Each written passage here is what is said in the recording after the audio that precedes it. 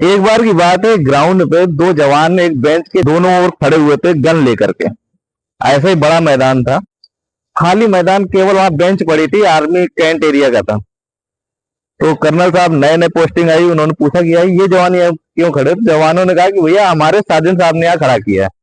उन्होंने उनसे पूछा तो उनका जो पहले वाले कर्नल साहब थे, उन्होंने उनका आदेश था कि दो जवान यहाँ पर हमेशा खड़े रहेंगे, तैनात रहेंगे डे नाइट शिफ्ट में, और ना तो बेंच पे कोई बैठेगा।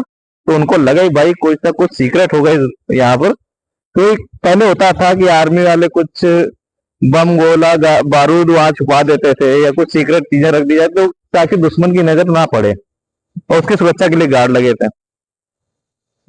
अब गार्ड लगे थे तो पुराने कर्नल साहब को उन्होंने फोन किया कि साहब ऐसा क्या था कि यहाँ पे दो जवान खड़े के बेंच के बगल, बेंच में कोई बैठता भी नहीं है, जवान खड़े रहते हैं।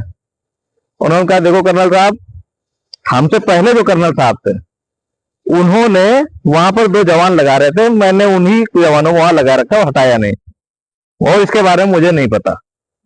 उन्होंने कहा अच्छा। तो उन्होंने और पहले वाले कर्नल साहब से कांटेक्ट किया जो रिटायर हो चुके थे।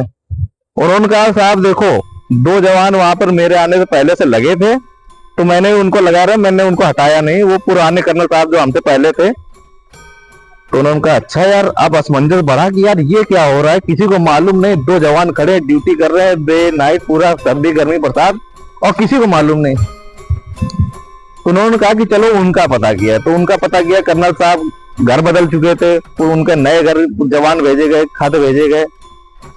तो उनसे कांटेक्ट हुआ, उनसे फोन पे बात हुई। तो कर्नल साहब का हेलो। तो कर्नल साहब बोले हाँ साहब, आपने तो जवान यहाँ पर कैंट एरिया में खड़े किए थे पार्क में, बेंच के दाएं और बाएं, अब वो आज तक ही खड़े हैं, तो ऐसा क्यों आपने किया था? तो वो भी असमंजस में।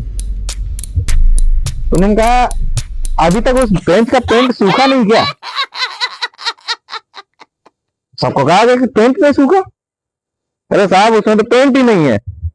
तो उनका मैंने पेंट करवाए थे बेंच में कि कोई उसको गंदा ना कर दे, किसी कपड़े खराब ना हो, इसलिए वहां पर जवान खड़े थे, उसके बाद हट जाना था, और मैं रिटायरमेंट हो गया अगले दिन। अब ये समझो कि काम किस तरीके से होता जाता है। इसी तरीके से हमारे निजी जीवन में भी ऐसे बहुत सारी चीजें होती हैं जिसका कारण हमें नहीं मालूम होता है। कुछ दरवाजे होते हैं जिसमें ताला लगा है, क्यों लगा है नहीं मालूम, उसके बाहर की स्पेस यूज हो सकता है हमें, लेकिन ताला लगा है क्यों लगा है इसका नहीं पता।